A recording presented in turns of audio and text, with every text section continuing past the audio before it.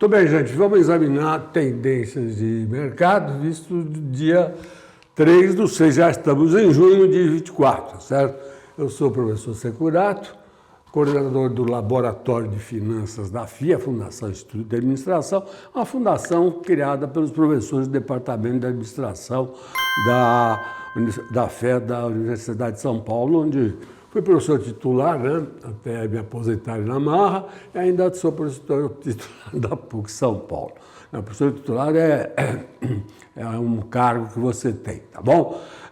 O que eu quero falar um pouco hoje é sobre, novamente, a nossa Selic, né, tá certo? Olha aqui, a Selic novamente aparecendo aqui.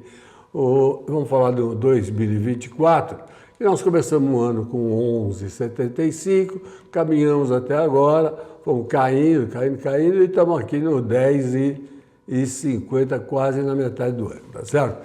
A última oportunidade, ela estava em 10,75 e houve uma queda só de 0,25. E estamos no 10,50. A perspectiva é, para onde ela vai aqui para o final, tá certo? Quer dizer, quando chegar em dezembro, né, de 24, a que taxa ela vai estar? E isso vai projetar o que vai acontecer em 2025. Bom, o que a gente pode começar observando é a questão da inflação, né? A inflação no Brasil, está com perspectiva, está indo até agora, na faixa de 3,70%, 3,80%, vamos dizer 4%, tá? Para não ficar com essa, né, acertando na mosca, né? 3,83%, 3,84%, 3,84%, esse foi o último número que eu vi. Bom, vamos supor que seja 4, tá certo?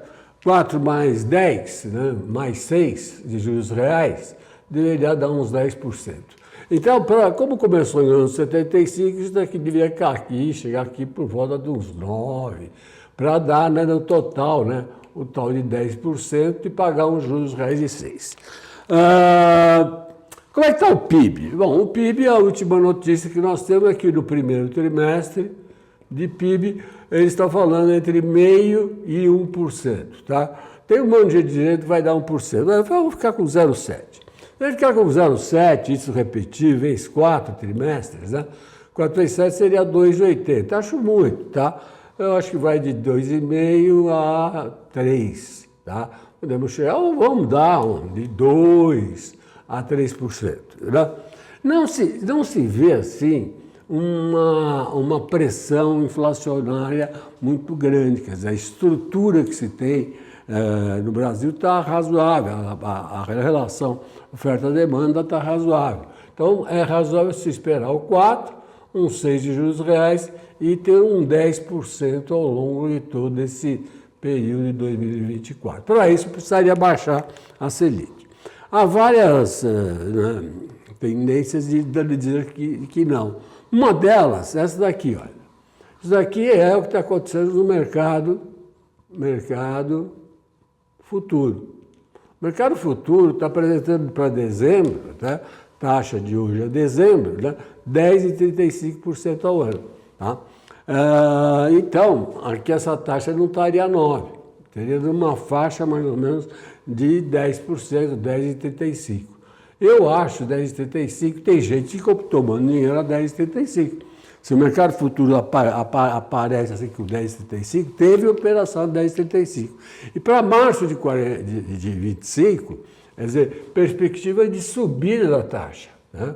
Em março, estão aparecendo taxas na faixa de 10,49%, 10,50%. Quer dizer, haveria então que a Selic fazendo um movimento de queda, tá? E depois de subida para o ano seguinte. A que se deve isso daqui? Quer dizer, que grande transformação deve ocorrer de 2024 para 2025? Tá? Eu confesso que não vejo grandes transformações. Vou dar uma olhada na curva de juros nos Estados Unidos. Então, quando eu olho a curva de juros nos Estados Unidos, ela continua o mesmo jeitão. Tá? Ela está praticamente fixada aqui, de 30 anos a 4,55, 10 anos 4,50, quer dizer, dos 5 anos 4,51. Então veja que a tendência para os próximos 5 anos é de uma queda do processo de inflação. Então, mas a expectativa de inflação deve ser uma inflação nesse sentido, então uma inflação decrescente. Se ela está a 3,50 hoje, né, 3,50 nessa baixa aqui dos 6 meses, com a taxa de juros aqui com no máximo 5,50, ela estaria pagando juros reais de 2%, tá? Então, uma tendência aqui seria de que essa taxa, no futuro, ela viria um pouquinho mais para baixo. Então, a taxa aqui, daqui para frente, deveria começar a cair, tá certo? Chegando aqui a uma média de 2% de inflação, tá certo? 2 aqui na faixa dos 10 anos, tá? Com mais juros reais de 1,80, estaríamos aqui com uma taxa de 3,80, e aqui com um ganho natural pelo tempo na faixa de uns 4%. Então, isso aqui seria um desenho da economia americana. Vejam que algumas empresas brasileiras, tá, estão captando. Como é que elas vão captar? Bom, existe o Risco Brasil. Então, o Risco Brasil hoje, o Risco Brasil está na faixa de 2 pontos a 2,10. Então, em princípio, vai pagar de 2 a 2,10, mais ou menos a taxa básica correspondente a de 10 anos, tá? No fundo, teria que fazer a média dos prazos, tal, das taxas de juros, para se ter uma ideia. Mas 10 anos acho que é um número razoável. Então, se nós estamos falando de 4,50 mais 2, a curva de risco Brasil estaria aqui, olha. Então, esse seria o risco Brasil.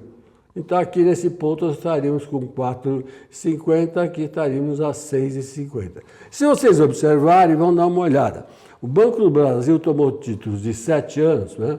7 anos, 750 milhões a 6,3 ao ano. Então, estão esperando realmente que haja uma queda no processo de taxa de juros aqui.